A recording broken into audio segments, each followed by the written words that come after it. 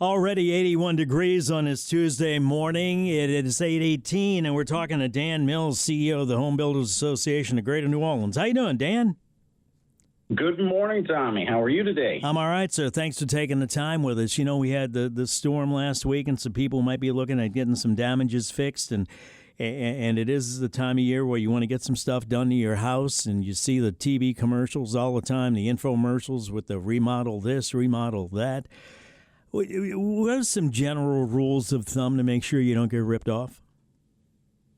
Well, right now with this recovery and all, the damage that we saw, the flooding and the tornadoes, the big message, right, is slow down, stay safe, document everything, and don't get rushed into a bad repair contract because, with storms like Arthur and the tornado activity, homeowners should be the first to make sure everyone is safe, then photograph all the damage before the cleanup, then call the insurance company and only work with local licensed contractors who will give you a scope of work, payment terms, a license, and be insured. Neighbors' references important or what? Always references are good because that means they've experienced work with this contractor before, but it's always important, again, check that licensure, and that can be checked, by the way, at lslbc.gov.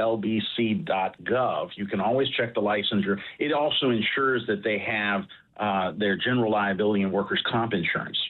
One thing I think a lot of people worry about is whether it's a bathroom remodel or just getting a house painted. For example, I had somebody paint my house about 5 years ago, and I went through all the due diligence, and he botched the job, and I wound up having to do it myself after paying him, I think, $5,000 to paint the exterior of the house, and I got hosed on that deal. How do you know?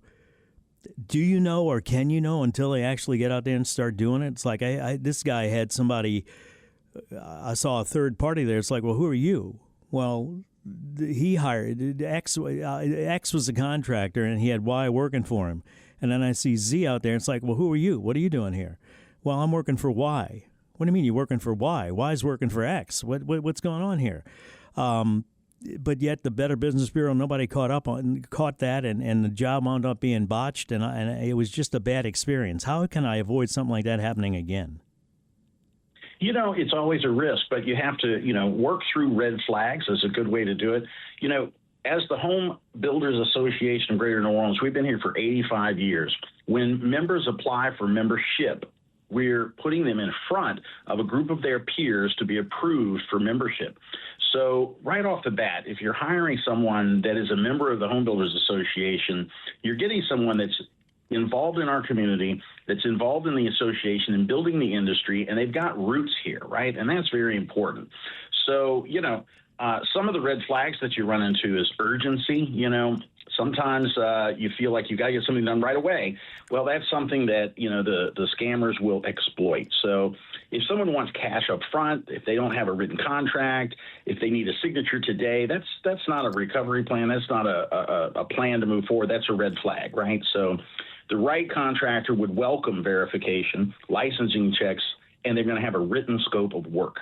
And we're not construction managers. We count on the contractor to do the work the right way. When it comes to your association, do you have members that don't just build homes but remodel and those kind of things too?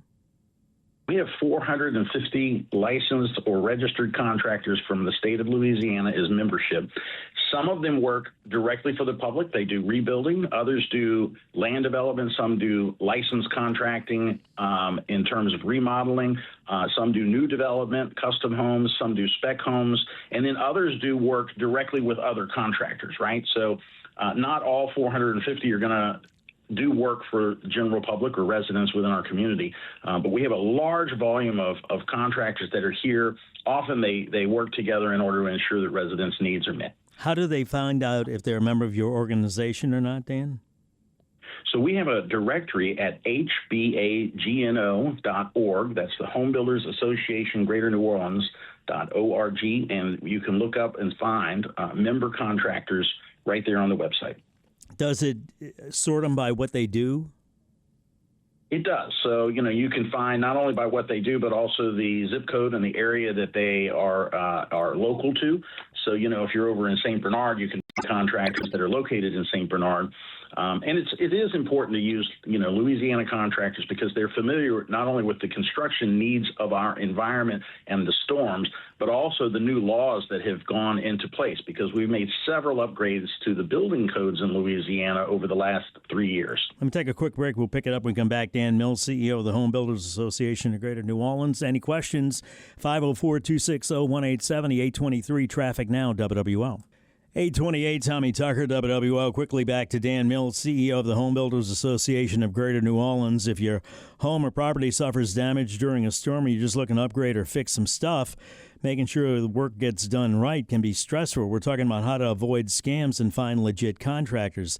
Dan, somebody texted in and said their neighbor thinks they're getting a bargain because the contractor's not pulling permits. Thoughts on that? If there's not a permit in your window, don't let them on your house because, you got to worry about general liability. And you want to make sure if they've gotten that permit, then that contractor is legit. They've got the insurance they need and they know how to do the work that they're going to be doing. And it's going to be inspected by a third-party municipal worker. When it comes to rights after you have a job done, if it's not done right, what are your recourses? There's plenty of folks that will represent you out there in the event that you have different concerns that come up with a contractor.